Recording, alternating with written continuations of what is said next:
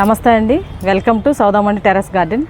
ఈరోజు నేను పళ్ళ మొక్కల గురించి చెబుతాను. అందులో సపోటా చెట్టు గురించి చెబుతాను. ఆ సపోటా చెట్టు పెట్టి నేను ఎన్నాళ్ళైంది, ఆ చెట్టుకి ఎన్ని కాయలు వచ్చినాయి, నేను ఇవాళ కోస్తూ హార్వెస్ట్ చేస్తూ మీకు చెప్తాను. ఒకసారి చూడండి ఎన్ని కాయలు ఉన్నాయో.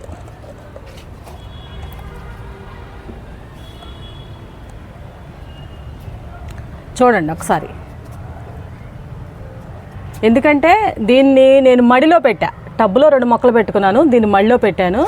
ఆ మడిలో పెట్టడం వల్ల అసలు సంవత్సరం అంతా కాయలేనండి. కాయ పూత పింద, కాయ పూత పింద. మీకు కోసి చూపిస్తా. దగ్గర 60-70 కాయలు ఉంటాయి. అసలు దీనికి సీజన్ అని ఉంటుంది. మామూలుగా బయటగా అమ్మే వాళ్ళకి, మనకి ఈ చెట్టుకి సీజన్ లేదు. అదే దీని ప్రత్యేకత. మరి మన టెర్రస్ గార్డెన్ మీద పెంచుకోవడం, మనం ఇచ్చే పోషకాల వల్ల ఇలా సంవత్సరం అంతా కాయలు కాస్తుందా లేకపోతే ఏంటో తెలియదు, కానీ నిజంగా అన్సీజన్లో కూడా ఇది బాగా కాయలు ఇస్తుందండి.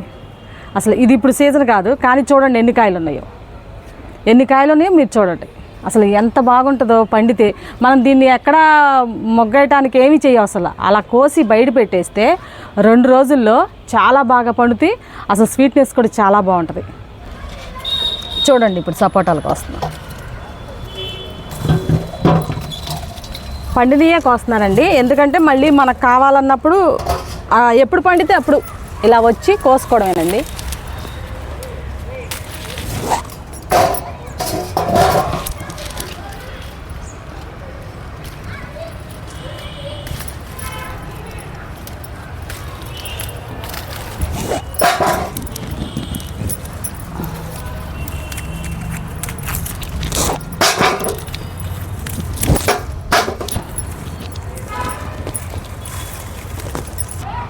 ఇదిగో చూడండి, నేను అందినంత వరకు కోసాను.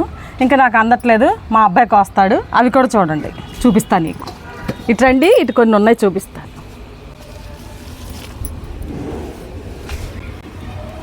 అసలు చూడండి అసలు ఎన్ని కాయలు. అసలు నిజంగా మనకి ఎంత, చూడండి ఎన్ని కాయలు.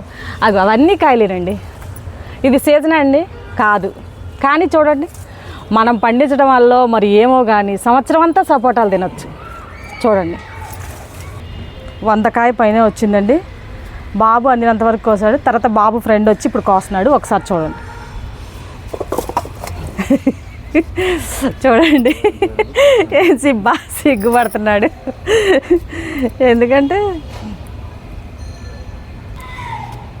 చూడండి ఇలా ప్రతి ఒక్కళ్ళు పెంచుకోవాలి. అంటే ఆకుకూరలు కాయగూరలే కాకుండా ఇలా పళ్ళ మొక్కలు కూడా. ఫస్ట్లో చెప్పాను నా టెర్రస్ గార్డెన్ మీద 30 రకాల పళ్ళు ఉన్నాయని. అందులో ఇప్పుడు ఫస్ట్ టైము సపోటాలు కోస్తున్నాను. ఇదిగో చూడండి 100 కాయ కోసాను. 100 కాయ పైనే ఉంది లెక్క పెడితే. 100 కాయ కోసాను. అన్సీజన్లో కూడా మన మిద్ది మీద సపోటాలు సంవత్సరం అంతా తినొచ్చు. చూడండి అలాగే ప్రతి ఒక్కళ్ళు పెంచుకోండి. మీకున్న ప్లేస్లోనే పెంచుకుని మీకు తగ్గట్టుగానే ప్రతి ఒక్కళ్ళు ఇంటి పంట తినాలని మనస్ఫూర్తిగా కోరుకుంటున్నాను. నమస్తే.